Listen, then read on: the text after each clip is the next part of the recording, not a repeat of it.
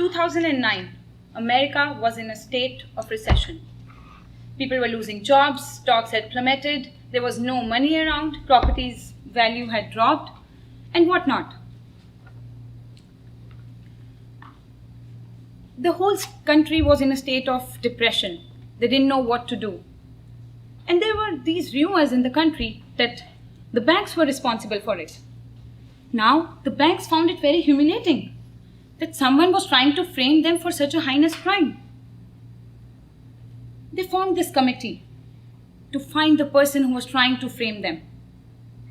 Now, whatever I'm going to tell you has been a secret till now, so I expect you all to take this to your grave. They contacted the CIA, Central Intelligence Agency, and told them about their situation and asked them to take their case. But the CIA refused. They had no resources. There were two reasons for that. One, the whole country was in depression and everyone was committing suicides everywhere. Two, the people who were committing suicides were also CIA agents. So they had no task force. Everyone had committed suicide. So they were literally left with nobody or good-for-nothing people to solve the cases. Then the banks offered them shitloads of money. It was an offer CIA couldn't refuse. They invited 50 countries to United Nations headquarters and held this talent show. They were choosing the next CIA agent to solve all the future cases to be coming up in American history books later on. I went from India and represented my country. And I was the chosen one. I know you all feel very elated at this time because you might have never, you thought you would have never met a CIA agent. But look at you. You all met me, talked with me, danced with me, sang with me, and whatnot. And even partied with me. Srinidhi, is that right? I was given this extensive training for 2 years in India and then 1 year in Maryland under the cover of an electrical engineer and a student. And I don't know what all these stupid things, elaborate training they gave me, I don't remember any of it. And as soon as it was done, I got down to my detective work and started taking a tour of the country, America. I was cliff diving, skydiving, parasailing, whatnot. And then I also solved the case of the banks. And I did all this in 3 long days. Can you believe that? It's okay. I know you can't. You can't even fathom my capability. The banks and the CIA were so impressed with my work. But they didn't want this information to get leaked out, so they injected me with a serum to delete all of it from my memory. But that's okay. They gave me $1 billion for it. At that time, that was so much money for me that I just quit and flew to Switzerland.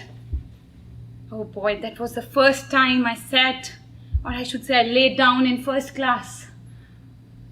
Next thing I know, President Barack Obama is flying in his Air Force One and he is in Switzerland. And he's asking me to return to CIA and do the good work. Now, when a man like him literally sits down on his knees and asks you for something, a girl has to say yes, right? And so did I. And I came back to America. Now, as I see it, my job is pretty simple and easy. I just have to solve a case. It takes me no more than 2 or 3 days, and then the whole year I'm relaxing. Solve another case, then whole year I relax. But you know, what kills me is my present cover. That is my job at Arista. I have been given this cover of software test engineer at Arista Networks.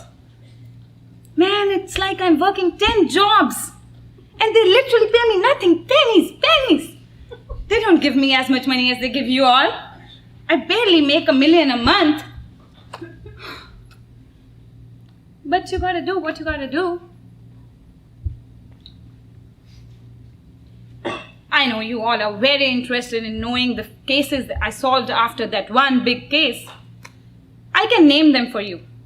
Those were the mysterious case of the dead cat found on Zuckerberg's driveway.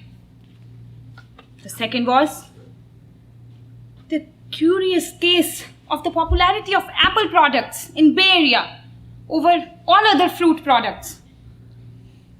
And number 3, the case of snakes showing up all over Arista campus. Now, if you want to know the gruesome details of all these operations, you have to meet me after this contest outside. But let me warn you, I'll have to kill you. Madam Toastmaster.